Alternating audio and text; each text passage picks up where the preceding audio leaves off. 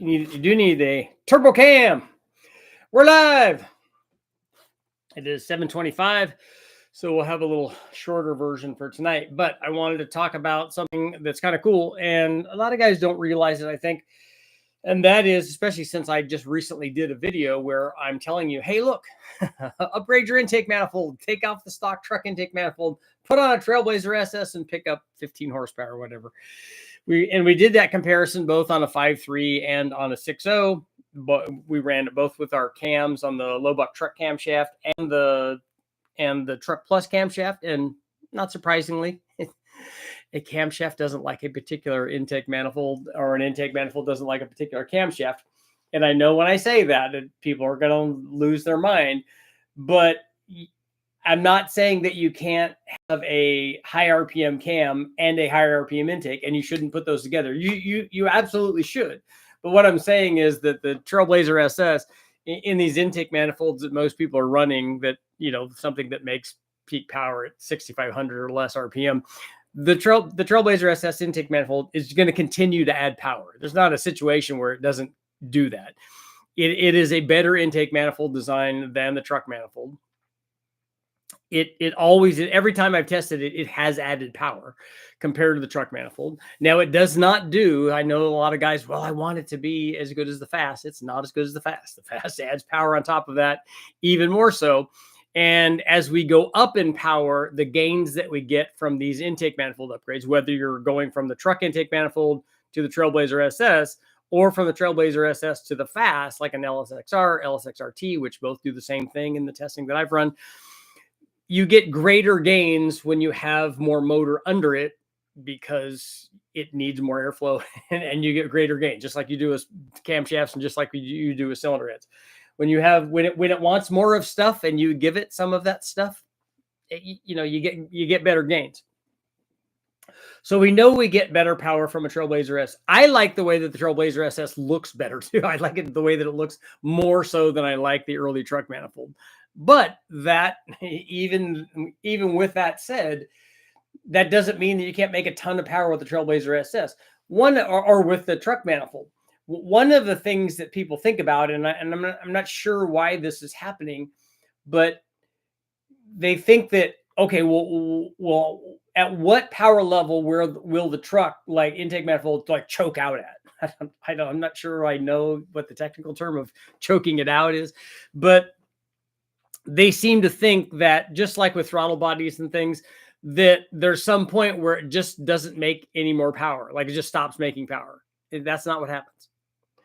What happens is, like we talked about, that as we go up in power, the gains that you get from the thing that's better get more. Like if on the throttle body, it might be that when we test a stock throttle body versus a bigger throttle body, which I plan to do, we're gonna do the truck versus the Trailblazer SS intake manifold. And then on the Trailblazer SS intake manifold, I'm going to run both the 78 millimeter stock throttle body that we run on the truck with an adapter, and then also run the bigger throttle body to see how much of that gain comes from the bigger throttle body, if any. And we would start to see that again. If we tested on a 450 horsepower motor, we're not going to get as much or any gain maybe. On a 550 horsepower motor, we would almost certainly get a gain, because I know at that point the throttle body would become a restriction. But the question for tonight is, in fact, this will be our poll.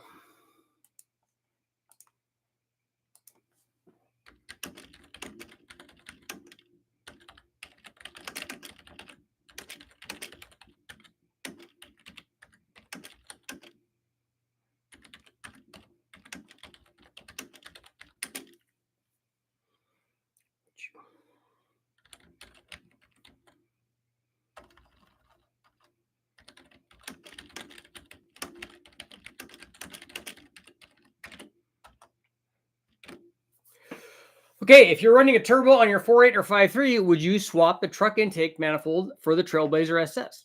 Now, think about it. We know that the Trailblazer SS adds power. We know that it makes more power than the truck. If you're adding a turbo, you will still see a gain from the Trailblazer SS, because it's not adding it because, and this is the point that I was talking to before I put this statement up there, is that it's not adding it because it can flow more. it's adding it because of design. Just like if we, if we put the smaller throttle body on there and go, okay, those two things will flow exactly the same amount, and we still get the power gain from the manifold. That's because of the design of the manifold. It's because of change in runner length or port volume or cross, flow or whatever. So again, it's not just about flow. But the thing is, if we see a change in power from a manifold, whether it's design, when we add boost to it, it's still going to have that gain. In fact, that gain is more than likely going to be multiplied. So if we get 15 horsepower, maybe we get 30 horsepower. If we add 1 bar of boost, maybe we double our power gain. The question's still there. Would you do that? Would you go to the expense of putting a Trailblazer SS intake manifold, whatever that was, if it's 200 or 500 or 600 or whatever the total thing is, would you do that? And the answer is, as always, it kind of depends. One thing that we know is if we put that intake manifold, if we do that intake swap and put the Trailblazer SS on, we're going to gain power, which means that one of two things are going to happen with the turbo. We're either going to make more power at the same boost, or make the same power at a lower boost. Either one of those is a good choice. And here's the third way to look at it. The third way to look at this is if we gain 15 horsepower from a Trailblazer SS, and let's say we're testing this on our 450 horsepower, like the 5.3 that I ran with a low buck truck camshaft and the Trailblazer SS intake manifold, or the 6-liter that I ran, it's like a 450 horsepower motor. So if we're making 450 horsepower, what that means is we're making 30 horsepower per pound of boost. Because if you divide 450 by 15, I'm rounding up on the 14.7 PSI. If you divide it by 15, we get 30 horsepower per pound. So the difference that we're seeing between the Trailblazer SS and the truck, even if we doubled it at 1 bar, 30 horsepower, that's 1 pound of boost. That means all we'd have to do is go, whee, and add 1 pound of boost, and we would get all the gains that we would get from swapping our intake manifold with no cost at all, because changing the boost level by 1 pound, it's pretty easy to do. You just have to adjust your fancy dancy, boost controller if you got a manual one or electronic one. If it's an electronic one, it's even easier. It's just like, here, like I'm not running 9 pounds, now I'm running 10 pounds, and I got all the power. If you're trying to do something else or you're trying to maximize power, more than likely, if you're trying to maximize power, you're not running either one of these intake manifolds anyway. Because what people do instead of running a truck manifold or a Trailblazer SS, like you could, 1,000 horsepower with either one of those manifolds is very, very easy. It's not hard at all. I mean, when we were doing the testing on the turbo stuff on the 5.3, we went up over 900, at like 15 pounds, no problem at all. I mean, it's just not restrictive at all. So, you get a good turbo on it. We had the low buck truck camshaft in it, and with the right turbo on it, and that turbo could have kept going a lot further. But it's just so, it's just so simple to do that you just turn the boost up a little bit and you get lots of power. And that's the nice thing about a turbo is you start seeing these railroad tracks, you're like, oh, there's more and there's more and there's more and there's more and there's more. And you're like, wow, that's also the downside of turbos too, is like, oh, yet this 800 is really nice, but what would be really good is like 900 or 1,000 or whatever the next number is. And as you go up in power, you got to make sure, hey, look, is all of my other stuff spot on? Is my tune spot on? Is my octane spot on? Is my intercooler working? Do I have cold air going to it? What are all these things? Your tuning window starts to get smaller as you go up in boost. The potential for problems get much, much bigger with your transmission, your rear end, your converter, other things that are going on. My cooling system, is that up to it? All of these things, is my octane up to it? All of those things are problematic. And when we start talking about intake manifolds, I know we got off on a tangent here, but we start thinking about intake manifolds. This is why when I talk to people about intake manifolds, I don't talk to them about flow. I talk to them about, where do you want your power? Just kind of just like with camshafts. And more so, I would argue for the intake manifold, like, where do you want your power? If you want like a truck intake manifold and a Trailblazer SS, it's really good for, 6,000 or 6,500. If that's where you want to run the motor, it's going to do that. It's going to work really well. You don't have to make, you don't have to run it to 8,000 or 8,500 to make power with this. You can make 1,000 horsepower at 6,000 or 6,500. The torque number is going to be pretty good, because if you're making peak power there, you're making a pretty high torque number, because it's going to be 5,000 or less. It's going to do some impressive stuff. One of the ways that guys keep these things together is that you do run more RPM, and you don't have a big torque number. You don't have a big cylinder pressure number, which you might argue becomes more problematic. But when you're choosing intake manifolds, I would choose the intake manifolds not based on whichever one can make the most power. I would choose it based on, hey, where do I want to make my power? Do I want to put a BTR Trinity or something like that on there, where I'm going to do 8,000, a low ram or high ram or some other short kind of runner intake manifold? Not because it flows more, it's going to make more power. It is going to make more power. It's going to make more power at a higher engine speed. It's going to lose power down low. But maybe I don't want that torque there. Maybe I don't need all that torque there. Maybe I have a traction problem there anyway in the lower gears. And then after I go through the first gear where I had the traction problem, now after second or third gear or whatever, I'm going fast. I'm going more RPM. It's shifting up and running from 5 to 7 or 7,500 or 8 or wherever we're going to. Maybe it wants to run up there, and more RPM with gear tends to take cars down the track quicker and faster. But the flip side of that is, if you're building a car or a truck that you're driving around every day, or you're towing with it, or you want, a bunch of low speed power, these shorter runner manifold or these longer runner manifolds work better than the short runner manifolds. They have more average power production. They make more power in that RPM range, which, let's face it, a lot of guys want. Maybe they just want to spin the tires, and they'll certainly do that. The other thing that people ask about with these intake manifolds, both the truck, all of the composite manifolds, I don't know where it's come about that out in internet land that, oh, you can't run very much boost on these things. They'll blow up. No, I've not seen somebody like balloon a composite factory intake manifold because they ran too much boost. Now, I'm not hanging around with people that run 50 pounds, and that's not what I would recommend you do.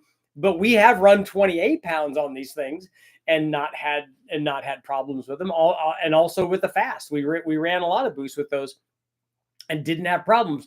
If I was in the 50-pound club, I would be doing because if you're there, you're also going to be a short runner, high RPM kind of guy too. And so you're going to have some sort of not composite manifold, more than likely. You're going to have, some sort of cast aluminum, or, one that's chock full of ability goodness aluminum intake manifold in the short runner that's running lots of RPM.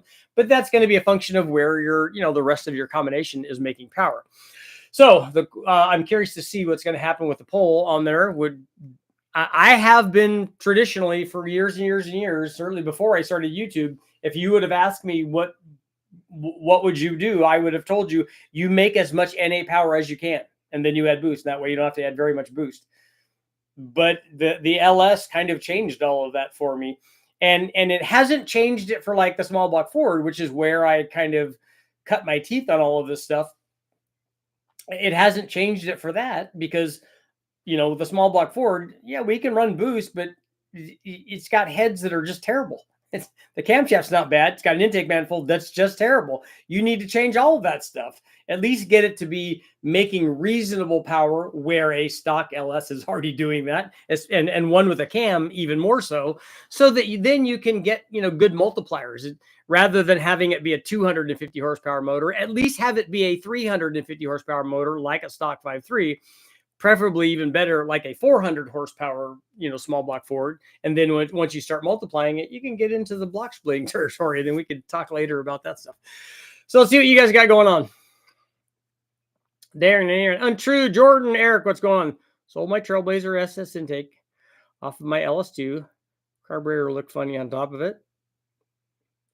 There's a lot of things wrong with that. Did you not have an LS2 intake manifold? And how did you put a carburetor on there? Yeah, we got it. We got a two for tonight. Off topic. What do you think of the Hellcat supercharger on an LS with the new adapters? Thinking about running it on my Silverado. I think it's fine. I think that the Hellcat supercharger is large enough to support. Guys have made good power with those, so it's good enough to support a pretty decent amount of power. My dyno is weird. Both torque and horsepower started low, like mid 500s, and both peaked under 6,000 at 1,100, but both ramped up equally, not higher torque down low. The torque will be higher below 5252, and the horsepower will be higher above 5252. If they're even, then you have a problem with the dyno. It might be that they don't have the scaling on there correct, but that has to happen no matter what the power level is. And you made 1,100 under 6,000. That's going to be a really, really big torque number. I missed the earlier show. Glad to catch this. Good evening, all-wheel drive Silverado. Since I spent the scratch on an LSX RT, I definitely do a Trailblazer SS swap on any other truck. There you go. And on an NA one, I would do that. I just wouldn't do it. I don't think that I would do it under boost, because the reason is, like always, if I had 1,000 horsepower turbo, I can make 1,000 horsepower with the truck intake manifold. And it came with the motor that I bought for hopefully $300 or $400 or whatever. It's all about efficiency. It's all about efficiency. I would rather run a Pro Charger with a Trailblazer SS. Yeah, I think I might do that on a supercharged deal. So when is too much rust an issue in water jackets in a stock big block Chevy? You're worried about the rust stopping the cooling? I mean, you can take that in and they can get rid of the rust or some of it. The machine shop can rot that stuff out, I think. Swapped to the Trailblazer SS for my turbo build because PCV on my stock one was cracked. Yeah, I broke off the map sensor on the Trailblazer SS, but I couldn't fish out the part of the nipple, and I just put silicone over it. That's what we use for the test. Everything is exponential at scale, which is why I like to tune in metric units. One is absolute. Okay. Usually, how much PSI can the Trailblazer SS handle? A lot. We've run 28 on stuff. It's probably more than that. The most concerning thing are backfires, especially nitrous backfires. I would run the Trailblazer SS if it fit my application. It's a good intake. It is big though, and for underhood stuff like Camaros or Corvettes or Mustangs or things, it's probably not going to be the way to go. Put an aluminum LS1 in my 06 Sierra with taller off-road tires. It was a little gutless down low. Put the Trailblazer SS intake on it, and it was a night and day difference at low end power. What intake manifold did you have on your LS1? Was it an LS1? There shouldn't be a big difference in low speed torque between those manifolds. Miss commenting on the crate engine. I was going to ask your feelings about throw a turbo on a 450 364 crate engine. Yes, it doesn't matter what crate engine it is. Any LS and a 364 is going to be like a 6-liter. And that a 450 seems like it's a cammed 6-liter. So any LS you can run boost on. The thing that I look for is I want to make sure that it has ring gap in it. Holly or custom. I'm going to see if I.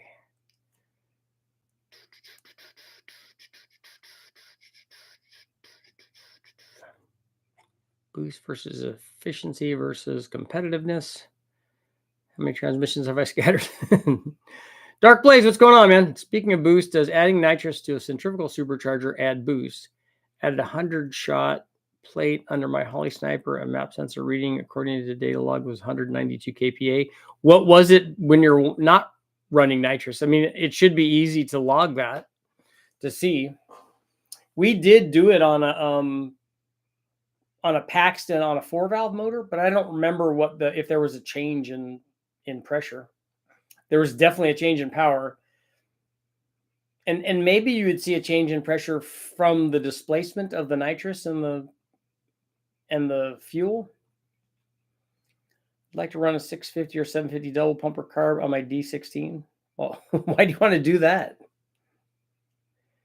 I had a turbo on it, I'd go for whichever one would get better fuel mileage. I don't know that you'd see a big difference between those two at a 2,000 RPM cruise. You got a turbo on it, shouldn't be worried about fuel mileage. I'll stick with the truck. Tony Angelo popped a Cobra intake on a 4.6.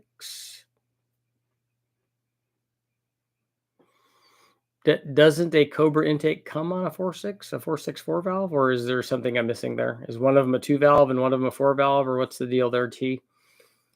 There are many people out there that have gone to turbos, so the truck pulls trailers better, which mileage matters.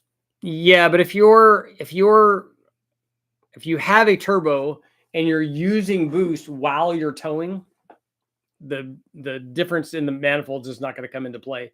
That's all going to be the fueling that you're using. Jet, you abstained on the poll.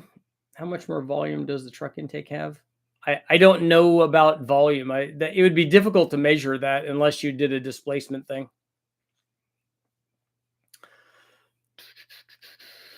Good evening, gentlemen. Finished boxing my rear lower control arms on my 68 Chevelle and installed a rear sway bar. Working on getting the front extra thick sway bar in today. Nice. Did you just weld a plate to box in the control arms? Are they stamped on the 68 Chevelle? I'm not that familiar with it. We did that on the Mustang too, because they're a bent up thing, and so we boxed them so that they were stronger. All we did was end up pushing the bushings out of them and made the car snap oversteer. It was pretty fun. The whole purpose for me to run a turbo is to have a lot of boost power, but then leave the engine stock so it still gets decent mileage. You can do that. Then that's why I think there are guys out there running stock cams so that when you're cruising down the road, it's still cruising down the road like it does when it's like it does as an NA motor. Melted a piston again today, putting together another block. Uh-oh. How did you hurt it? With the pole, it's hard to say. Obviously, if I had one, I'd take it over the stock one, but I wouldn't go out of my way to spend much money on one. There you go.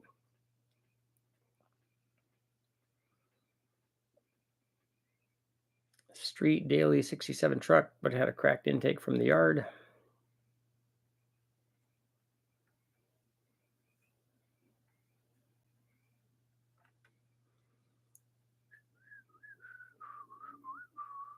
I would install it just because it's fun to say bread box intake manifold. Okay. I think it looks better. I like the Trailblazer SS. I think it looks better than the truck does. Pump gas in 85 when I can get it. Calvin built an 8,000 RPM intake for a Northstar engine. I don't think he's got the build running yet. He says the Northstar intake is like LS intake, but worse. The factory Northstar intake manifold is going to be a long runner deal. And so if you shorten the runners, you might be able to get it to rev. I doubt that it makes power out there with the stock camshaft, unless he has a rising boost curve. The intake manifold that was on it was the early truck manifold that came with a 5.3.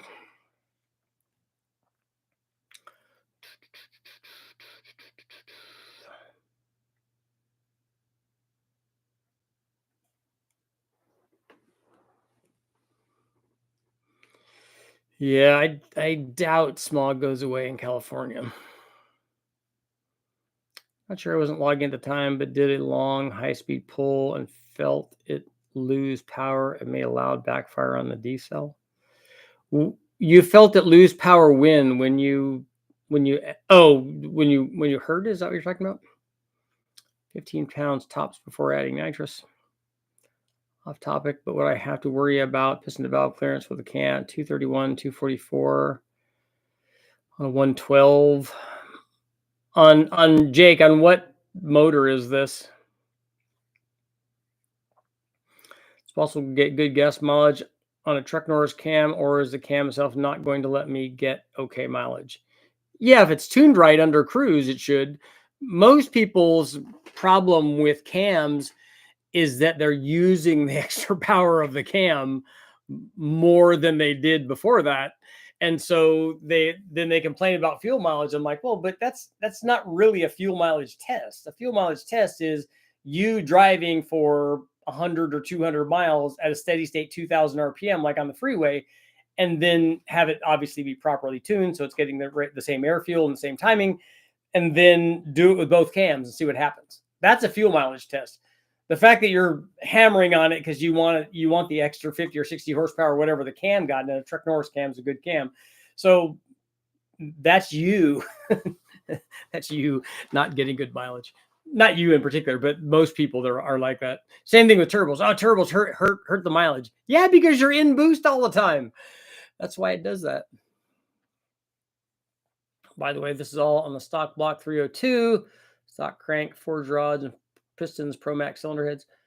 I've heard, so it's hearsay, that the Northstar engine can rev to 8,000 nicely with the stock cans, but they need to be degreed differently. I think advanced.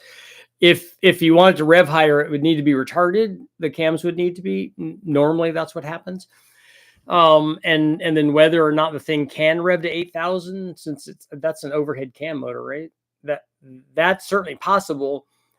But they don't make the intake manifold and the cam timing so that it makes power there, because they don't want it to rev that high. That thing makes peak power, I'll bet 2,000 or 3,000 RPM lower than that. Yeah, it was at 140. It was racing a 400Z. 68 Chevy Impala, stamp lower control arms, just welded in a piece of metal to close off the bottom. Yeah, that's what we did on the Mustang. Add bracing for a sway bar. Change bushings for poly with the thrust washers from Energy. So are you attaching the sway bar to the control arms?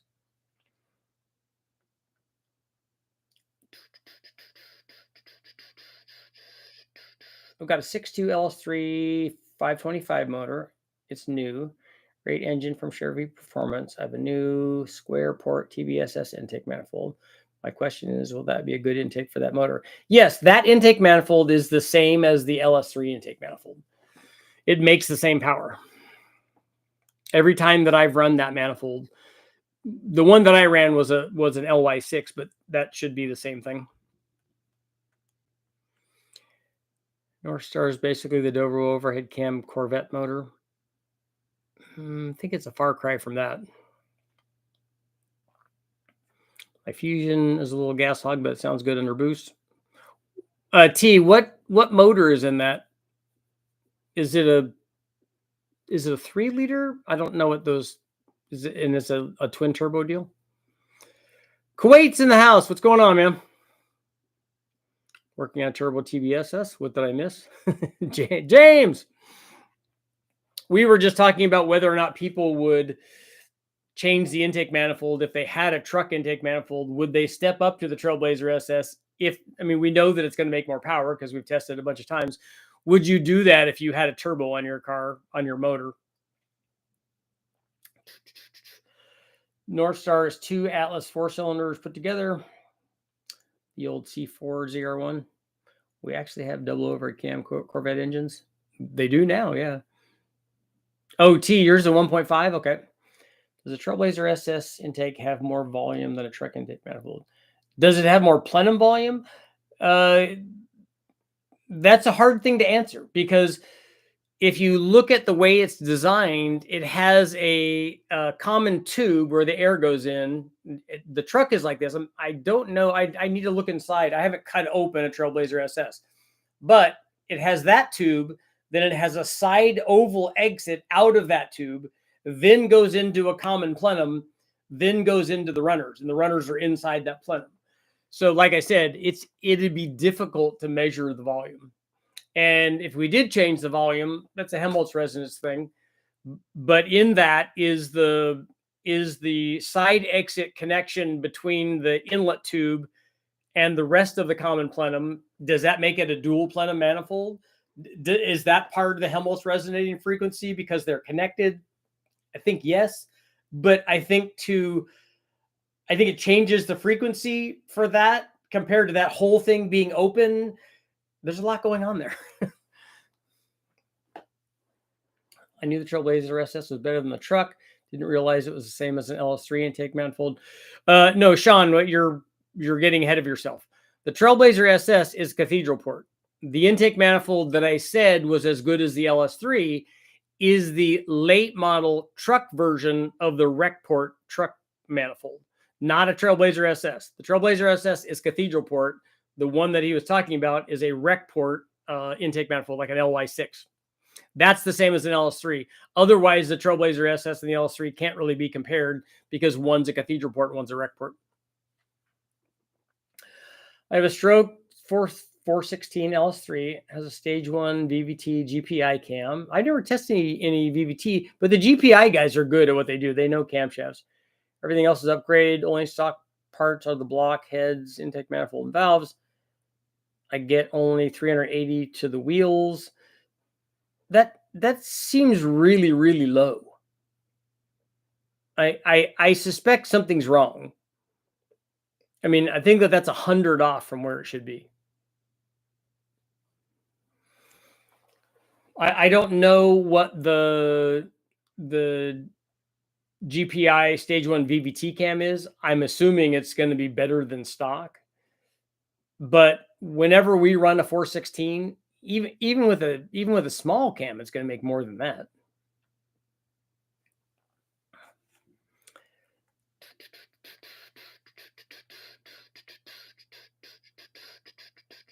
Maybe, I don't know, depending on the power output, maybe not. I know it depends, right? It depends. Working on putting an LS4 and a front wheel drive hearse. It's a direct bolt in with a little bit of grinding. There you go. Piston off clearance for the cam 231, 244. It's an LQ4. Okay. Yeah, I think it should fit. If it's 231, I would measure it, but I think it should fit. And what heads did you have on it? I don't remember now.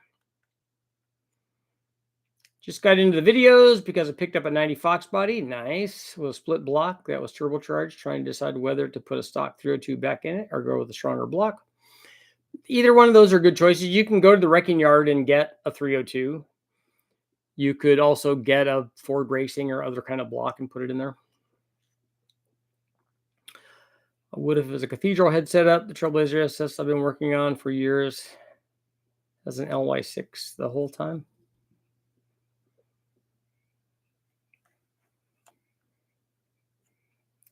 You have a cathedral port Trailblazer SS with a rec port intake manifold on it, James? Someone that is interested in acoustic things, an intake manifold is very hard to figure out concerning reflections and resonance beyond ITB single cylinder.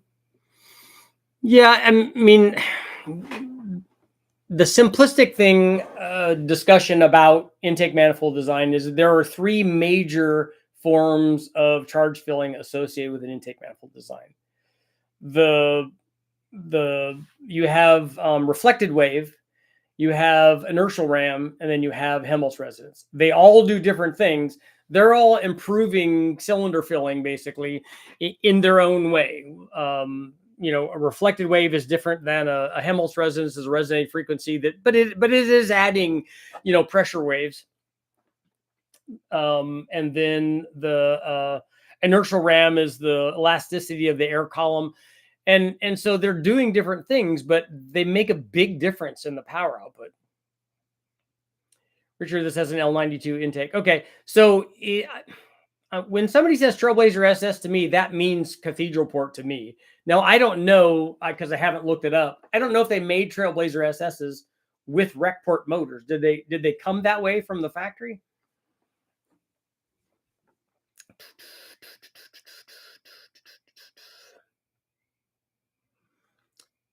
Checked radar because we're supposed to get some cool storms tomorrow. Looks like maybe you two, not sure where exactly. Yeah, we got rain yesterday and we're gonna get some more, I think, tomorrow.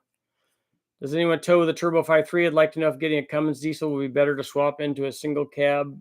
Yeah, a diesel would be better to tow with if that's what you're doing.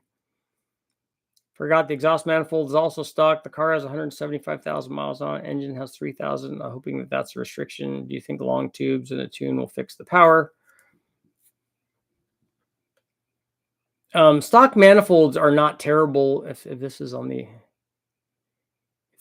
LS. You're going to give up a little bit with headers, but not a lot. Not like what you're talking about there. What I would look at is, are your cats clogged? That could do it. I would look at the tune. Maybe it only has 10 degrees of timing. Maybe the VVT is way off right now. There were some things that I would want to look at.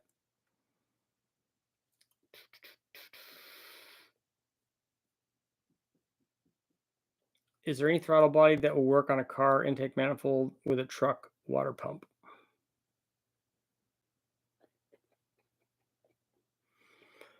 I don't think that that's a manifold issue. I think that that's an interference with the Fiat system.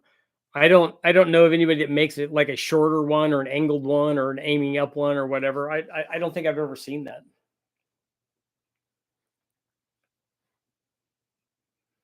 If one were running a 300-130 Holly dual plane, but I'm sure that's supposed to be carb for low end torque, but put rails, injectors, an elbow, and a throttle body on it, would it still make more low end torque or truck manifold?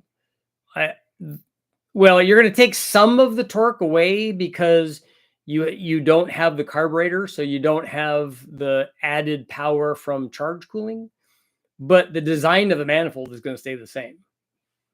I don't know how much you took away versus what it would do with the truck intake manifold. Way down low, I think that the dual plane is going to be better, but in the middle part of the down low, the truck manifold is going to be better. Richard, no, it has an LY6 long block with gap rings, so the stock intake was used. Okay, which is rec port. Okay. I wish you could try a bunch of different, very weird intakes with higher order resonances. I've run lots of variable plenum intake manifold testing. So we would change you change the resonance frequency when you do that. When I see people tear down a Coyote engine, I see similarities to the North Star. Yeah, Eric, you should go online to all the Coyote people and say, how does that North Star engine run? They will love you for that. Put an LY6 in. Okay, I see. Yeah, James, I'm not that familiar with the actual vehicles. I know what an LY6 is. I've run those a lot. Stock 4.8 truck manifold is a real breather. Yeah, that's the same manifold that they use on a 5.3 and a 6.0. North Star discount Coyote. You're going to notice that whatever double over can V8.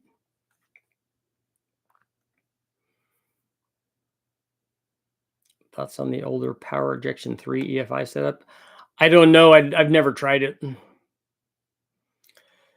Still selling the low butt truck cams? Yes. And I use Pack 1218 Beehive springs on it. Yeah, as long as the low butt truck cam only needs 550 lift springs.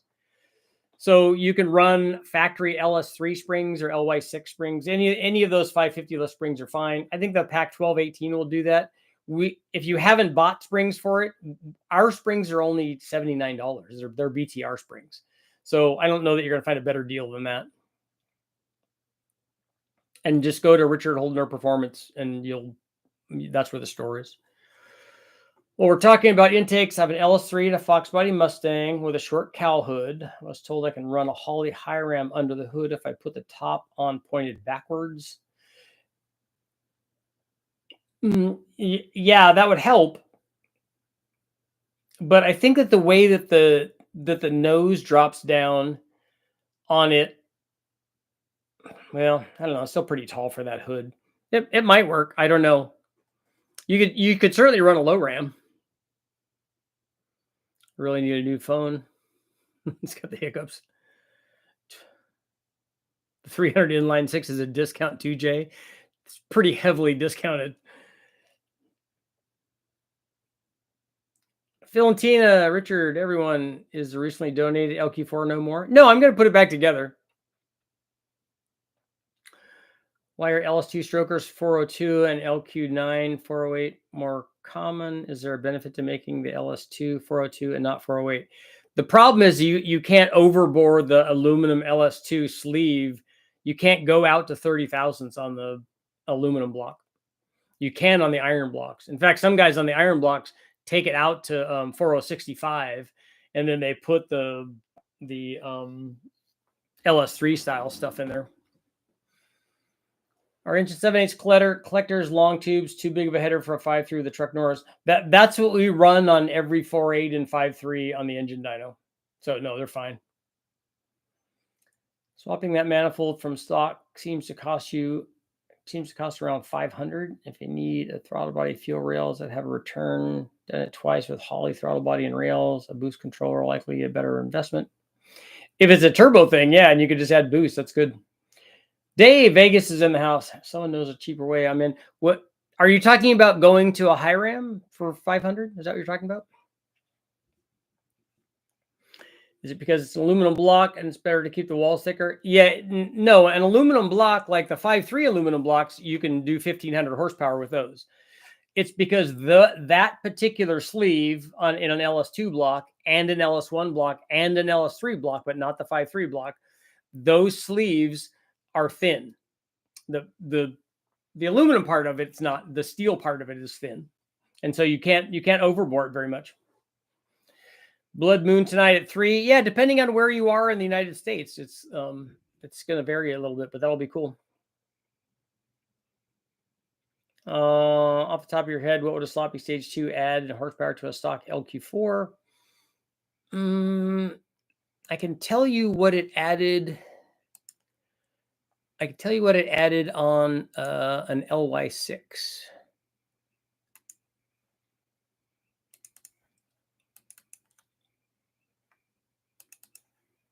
Because I have tested that.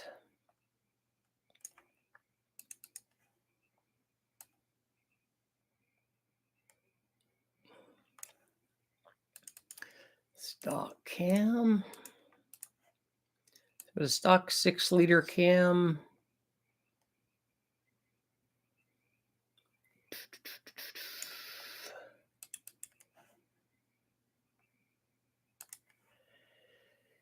It's about, it looks like about 70. So we had 443, and then it went to 513 or 514.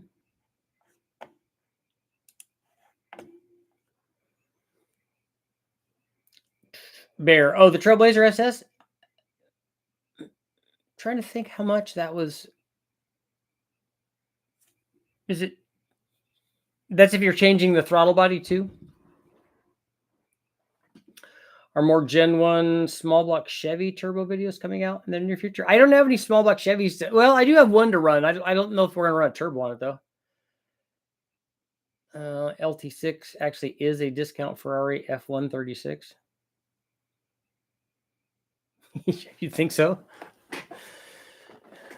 Corvettes have always really been good about offering performance of much more expensive vehicles.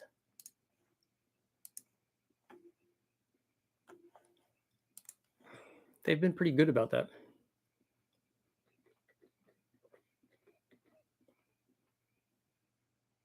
Yeah, Bear, I'll have to look into that. We're going to have Trailblazer SSs for sale and rails also. And then now we have the injectors, the 50-pound injectors should be up on the channel right now, or up on the store right now. So those are a pretty good deal. Those are the flex fuel ones. So if you do a cam upgrade and then you need bigger injectors, which you do because you're making a lot more power, that's a really good way to go. That's not the way I would go if you're eventually going to add a turbo to it. But if you're doing an NA thing and you want to put heads, or you did a camshaft, even if later on you wanted to do an intake manifold or cylinder heads or whatever, that's more than enough fuel. In fact, that's enough fuel for like some low boost stuff too, if you wanted to do that.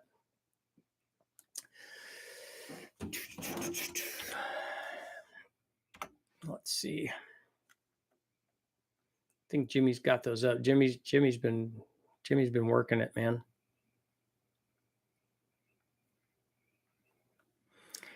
Yeah, let's see. Fuel. Let's go here.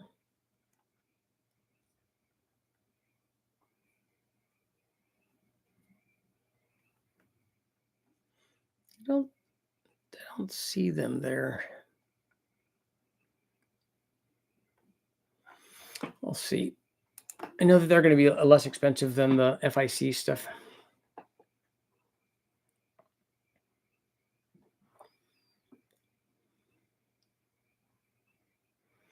I feel like in this case, they copied Ferrari's homework pretty close. You don't think that the engineers are able to come up with that stuff themselves? What would be your go-to mods for 93 to 97 Gen 2 LT1? See many cheap LT bodies, but the lack of parts and OBD1 tuning turns me away. I don't know about the tuning part of it, but that small block Chevy responds in exactly the same way as every other motor does. So you can port the stock heads or put like airflow research heads on it. There are lots of cams available for it. You can port the factory intake manifold, or there are other intake manifolds available for it. Who is the guy that people have been recommending? I've never dealt with him. I've dealt mostly with Jim over at TPIS, but I can't remember the other guy's name that does LT1 stuff. How much power is left on the table with a stock HO cam GT40 heads in an 86 block? I don't know what you mean by how much is left on the table. There are lots better camshafts than that. I just don't know how much camshaft will fit in an 86 because I don't know about those pistons. What's the lowest profile supercharger for an LS you've come across? Any of the centrifugal superchargers is the lowest profile one because those don't have a hood clearance problem at all. They're mounted off to the side. What cars come with aluminum 5.3? That's the engine code. And Brian, it's not an L83 is a Gen 5. The aluminum motors that you want are LC9, LH6, L33. Those are all the aluminum 5.3s. Tuner cat for the LT1. Not throwing showed GM editors. They know what they're doing, but you can tell they had a 458 Special in the shop for comparison. I swap a plastic intake for an aluminum one because it looks better and feels better to have it in there being metal, along with it not being prone to crack. However much it does or doesn't matter. Yeah. Okay. Well, and lots of people do that just because they like the way that it looks, and I understand that. What size stall would you recommend for a truck plus cam, and a car weighing 3,000 pounds?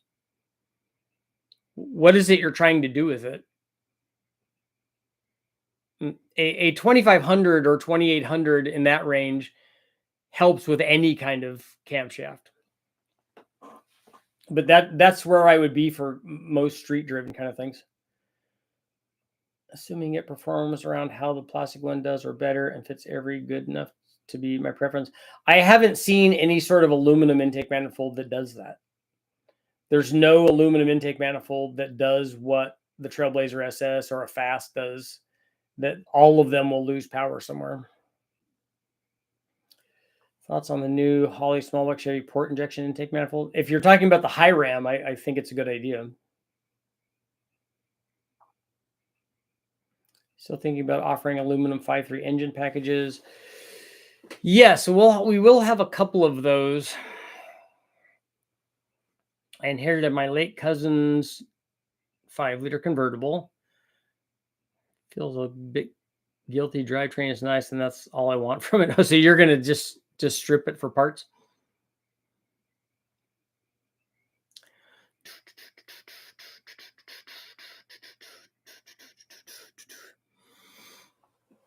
Yeah, I mean, I can see why they sold so many of those sniper kind of intake manifolds, the fabricated ones that people are complaining that they breathe mostly because of vacuum, not because of pressure, but they move around, and then they also resonate at a frequency when the motor's running, and so they make noise. But I see why people like them. I mean, they're polished aluminum. It looks way better than a truck does, or even a Trailblazer SS. It looks better than a Fast does. The performance design intake manifolds actually look really nice, especially if you look at the cross ram stuff. That's really kind of cool looking. But dual throttle bodies, you got to spend more money on throttle bodies. Sean, you don't like the Fast? The Fast looks a lot better than the factory one, though. I like the Fast better. And I think I like the black Fast better than their tan colored one. The MSD I thought looks good also for a composite one. Did you build an aluminum 5.3 or LS3 for a Fox body 8th mile car on boost? I wouldn't pick an LS3 because that block is not gonna withstand the power that a 5.3 aluminum block does. An LS3 block, we don't take more than about 1,000 horsepower. Doing a 66 Buick 5.3 swap, truck Norris, long tubes. Off the top of your head, how much wheel horsepower do you think it will be? I don't have any idea what transmission or anything that you're talking about, but if the motor is all stock and has a truck Norris camshaft in it, it's 415 or 420 or something like that. So whatever your losses will be from your drivetrain, I don't really know. If I had a black fast, I wouldn't be complaining. Yeah, the black fast manifold with the red lettering actually looks pretty good. Once 3D printed performance parts like intake start to get big, I highly recommend you getting into the industry for your business and your own personal enjoyment, especially 3D metal printing. I think that'd be awesome. Jimmy and I have talked about that. I like doing design stuff. All of my designs in the past have all been just cocktail napkin stuff and then fabricated out of tubing normally. But learning to use a printer would be cool. Might take it apart and rattle can it black, maybe mask off the letters, do them yellow. There you go. Just have it match the paint on the car. The people that shave a truck intake and paint it, I can't believe they put that much work into it. I definitely would replace the intake manifold before I did that. How much horsepower does chrome accessories and hood stripes add? Like 25. I'm running a turbo 350 with a 2800 stall.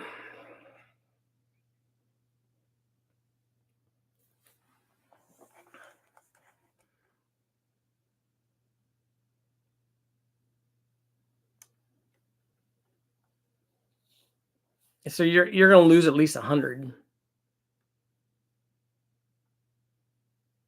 How far can an LC9 be bored and stroked? Did you say what's a good stroker for boost on those?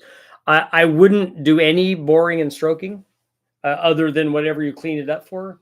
I would leave it at 5.3 or whatever the overbore size is. And I would just put rods and pistons in it. And then I would put whatever turbo on it that you want to make power with.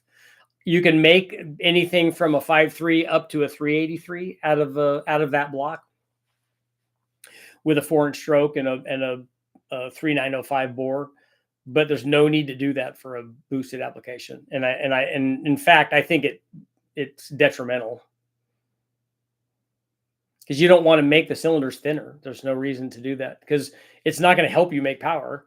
It's not going to make more power. It might be more responsive, but we can cure that with the right turbo and the right cam and the right intake. If you put 1,000 horsepower turbo on it, one of them would be 1,000 horsepower 383. The other one would be 1,000 horsepower 5.3. They would make the same power. Yeah, one more minute. Trailblazer SS and yo. If you're running a turbo on your 4.8 or 5.3, would you swap the truck intake for the Trailblazer SS? 66, 2/3 saying yes versus 1/3 saying no. That's a good split. That's better than it being, let's do 6 or 8% saying no because we're going to say no because we're that kind of person. Because I'm that guy.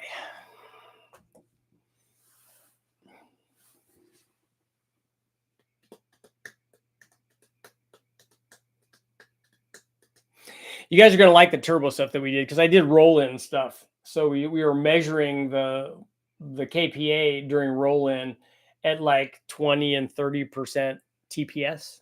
It takes time. It takes time to do all that. I drop 10, 15 horsepower and torque everywhere for an intake manifold. I prefer usually much more.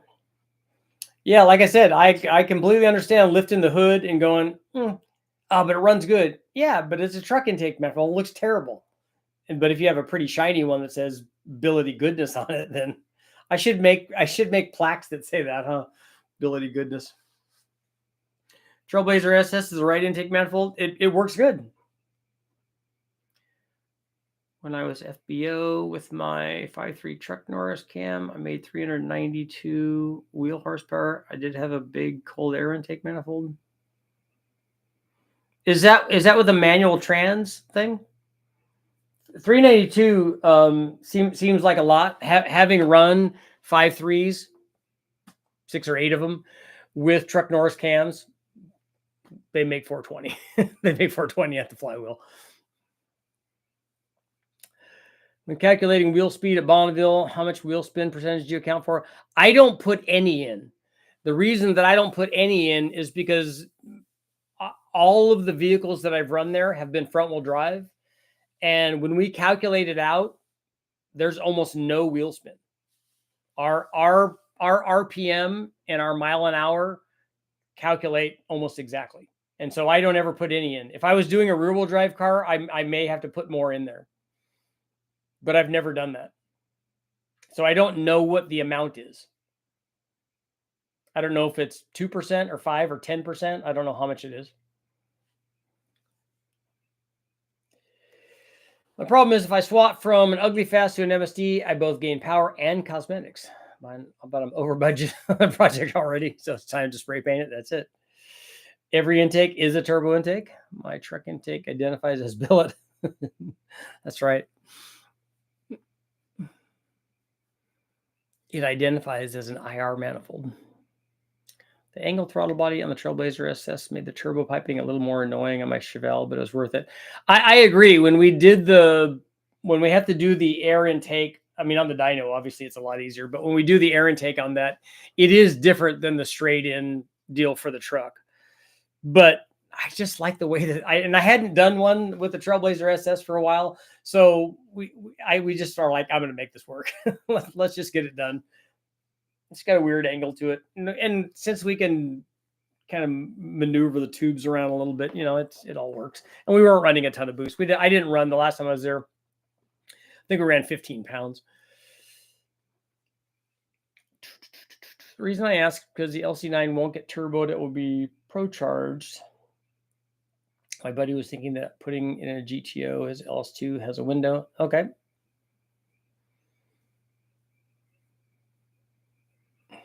Mine was hewn from a billet of ugly gray plastic. It's billet plastic.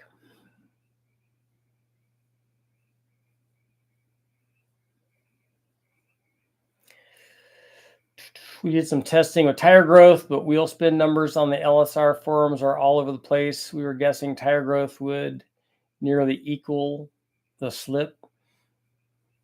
We've never calculated tire growth either.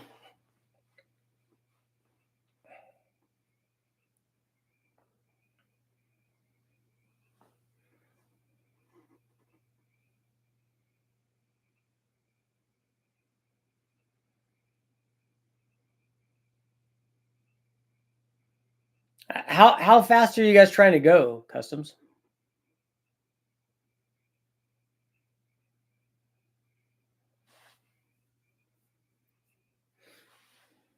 The tire isn't a shower. Is that what that's just, Sean? It's a shower, not a grower.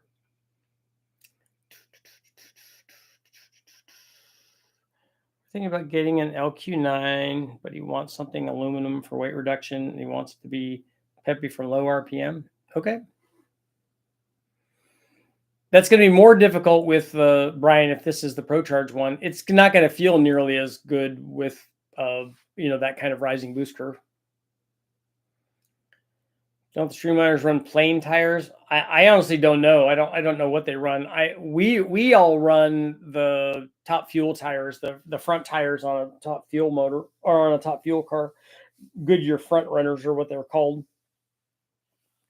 But I don't know what their Streamliner guys are running.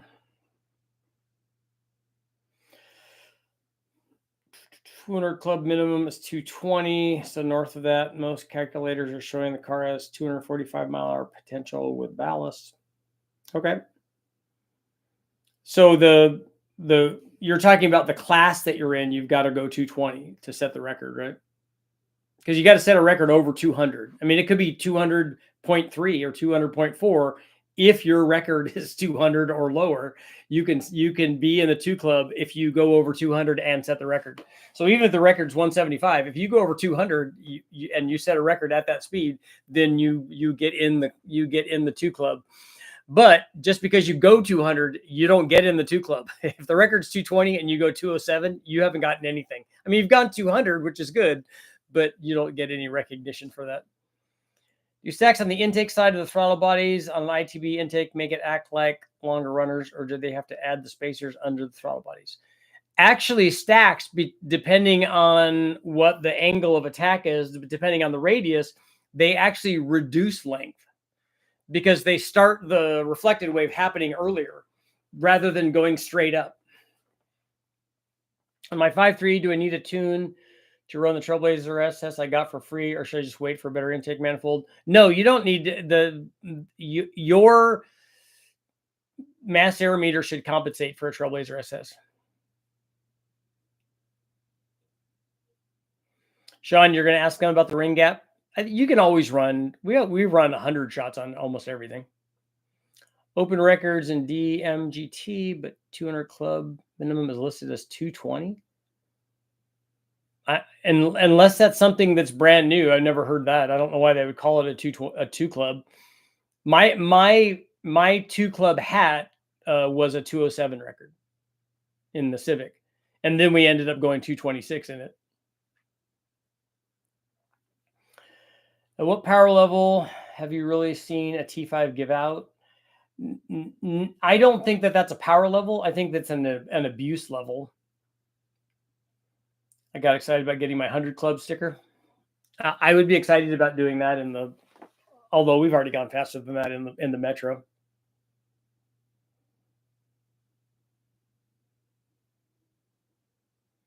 Plan was 100 to 150. Well, I would just start out low. But ask them about the ring gap. If they put it together as an NA motor, it's probably not going to have a lot of gap in it. It's probably going to have 4 thousandths probably per inch of bore.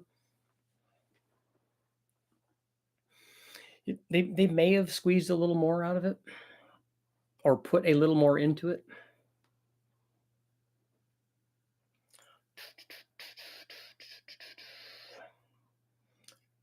T, so you went 100 miles an hour on the quarter? 200 club minimum is listed at 220. I need to get a new set of rules because we got to figure out what kind of cage we want to do.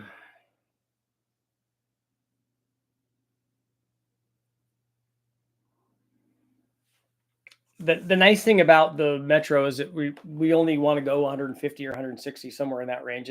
We don't need to make it so that it goes 200. It doesn't need a parachute. It doesn't need any of that stuff.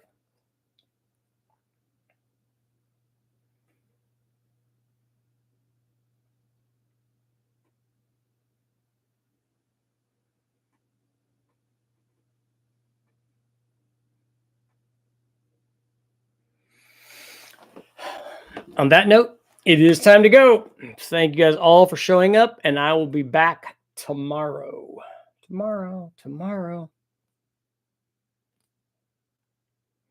Aiden, I'm glad you like that. And I will see you tomorrow. Tomorrow.